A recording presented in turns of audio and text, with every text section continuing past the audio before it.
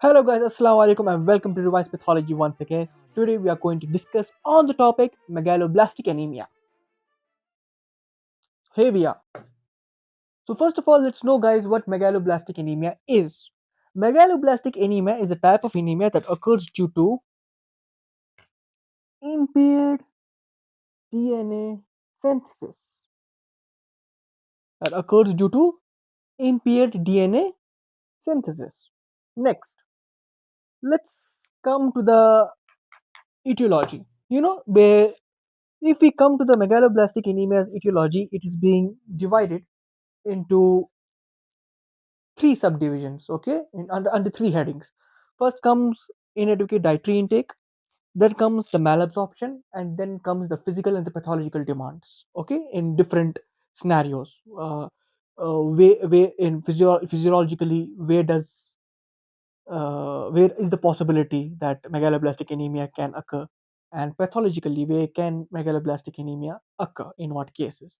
Anyways, so basically if we see that once it comes to megaloblastic anemia, deficiency of vitamin B12 and folic acid is the majorest reasons where megaloblastic anemia is caused, and these are the cases, or these are the reasons where you can find deficiency of folic acid plus vitamin B12. So,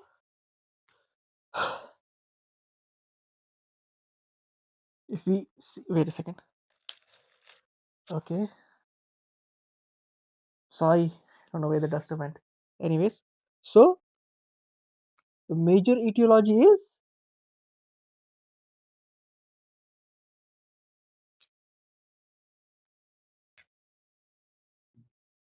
deficiency of vitamin B12 and folic acid. Okay, now let's see where does these deficiencies occur due to which megaloblastic anemia happens. So, first of all, inadequate dietary intake. The people who does not have good dietary intake, they are in strict vegetarians. Those people who are completely dependent on who are completely vegetarians. Okay, they don't have any sort of like non-veg items like fish, meat, good amount of proteins. Okay, strict vegetarians, very susceptible to megaloblastic anemia or deficiency of vitamin B12 and folic acid. Okay, next, in growing children, if they don't have good dietary intake, fine, they are even susceptible to megaloblastic anemia. Next, those guys or those people who are having poor economic status, okay, and alcoholics. You can even write their teenagers, growing children's, fine. We can write here also. Well, let's mention this point here: teenagers,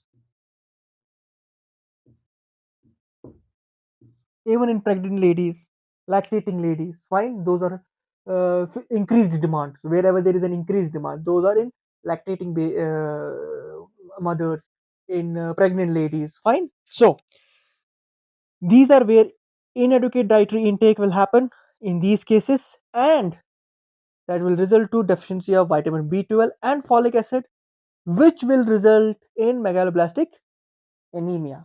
Next, malabsorption or decreased absorption. Where it happens, let's see. In case of malabsorption, it's being divided into two parts. The first is intestinal causes, and the next one is the gastric causes. So, intestinal causes is celiac diseases, infestation of fish tape hookworms, and Crohn's disease. What are those? Celiac diseases. Next, infestation of fish tape hookworms and Crohn's disease. So these are the diseases where intestinal causes, or these are the intestinal causes where malabsorption will occur. And once malabsorption will occur, that means megaloblastic anemia will also occur. Now let's come to the gastric causes. So guys, coming to the gastric causes are as follows. First one is partial or complete gastrectomy. Okay, partially or completely they will remove the stomach, due to which there will be obviously the the digestive problems, as well as there will be deficiency in vitamin B12 and folic acid.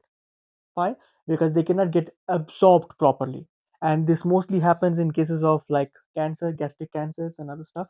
So this is one of the causes in gastric, in the gastric reasons. So next coming the pernicious anemia, and the last one is absence of intrinsic factor.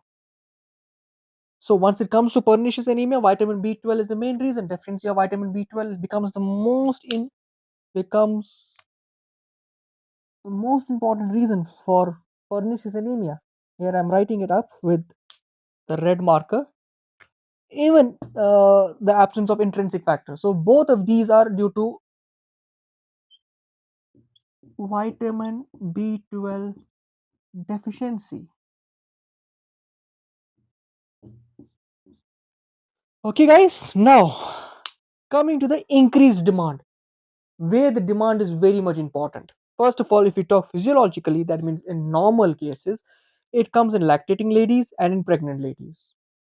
It's very important. Folic acid and vitamin B12 is very important. Especially folic acid is very important for the development of the fetus and especially their neurological system. Fine.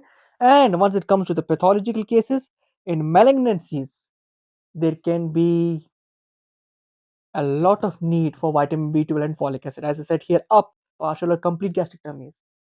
In case of cancer, the digestion will not be done well, and then it's a great problem. So same we have pathologically in malignancies is one of the reasons for the deficiency of vitamin B12 and folic acid that leads to megaloblastic anemia. Now let's come to the lab findings. So coming to the lab findings, first one is the RBC morphology. Let's see what happens to the RBC. It becomes macrocytic normochromic. That means it becomes big. The size of the RBC becomes big. Next, blood indices. MCH and MCV are being increased and MCHC are being reduced. I said it, definitely I will make a short video over these three things. What is MCH, what is MCV, and what is MCHC. Fine. Bone marrow erythropoiesis, it becomes megaloblastic and iron stores are being increased, which is one of the most important biochemical changes that takes place in megaloblastic anemia. That's all for today, guys. Stay subscribed to my channel, that is Revised Pathology. Like my videos, share them, and comment on them. Till then, Allah Hafiz, take care and stay healthy.